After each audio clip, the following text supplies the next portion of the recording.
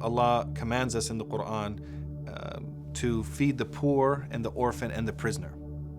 And this feeding of the prisoner initially was addressed towards the prisoners of war that were captured at Badr, at the Battle of Badr, and Allah is enjoining the believers at that time to feed them. And the Prophet Muhammad ﷺ also in his hadith, in his saying, enjoined the believers to feed those prisoners of war. These were people that had gone out to harm the Muslims, and Allah is enjoining that they be treated in a good way and to nourish them.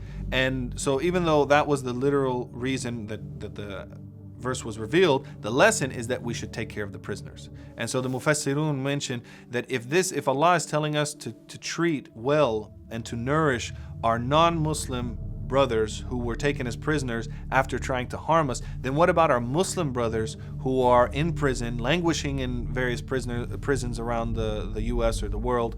And what is our duty to help them, to nourish them? So that's my primary driving factor. The field of prison outreach has a number of aspects. There's the aspect of prison advocacy and advocating for their rights, whether Muslim or non-Muslim. There's transitional housing for aiding in re-entry. There's re-entry programs. There's rehabilitation programs. And then there's education. And then within education, there's Islamic education and so forth. What we realize is that all of these various areas are really areas within themselves. So we focused on our niche area and our core strength, which was Islamic education, and that's where we've all of our programs now center around.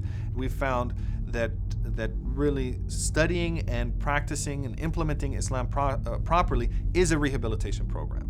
So, and it will help them in re-entry. So all of those other areas, whether it's their re-entry process into society or maintaining a disciplinary-free life in prison and then a crime-free life outside of prison, Islam is at the core of that. So even within our Islamic education, we've honed in specifically on character development and behavior modification. What we would term in the Islamic terminology, akhlaq, and adab and etiquette and akhlaq, and also the process of Tayba, the process of repentance. So what they term now in modern psychology behavior modification, and the whole process of pre-contemplation and contemplation and all of the process of behavior modification, we have it as the process of Tayba.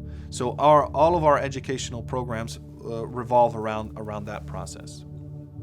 In Mauritania, there's two sayings. One is that the gift of the student is to have a teacher. There's always people that want to study and they can't find a teacher to teach them.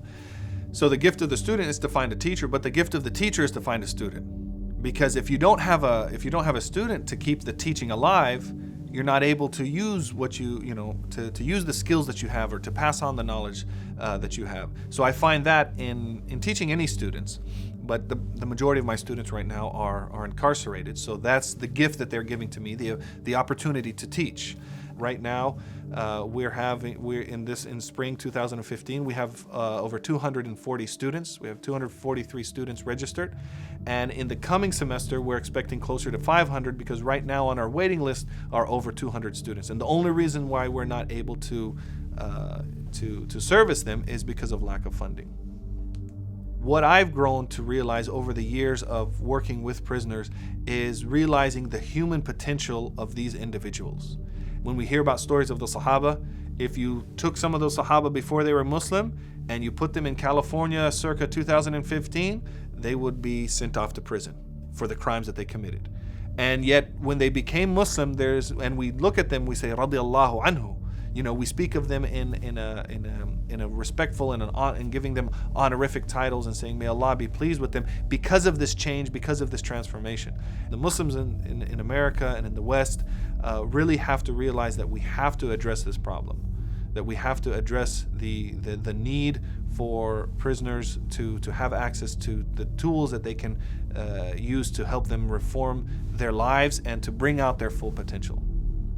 We as Muslims, in addition to when we're giving of our time, when we're giving of our money to help the poor, to help the orphans, we should also give a portion of our time and our money to help the prisoners in whatever capacity that might be.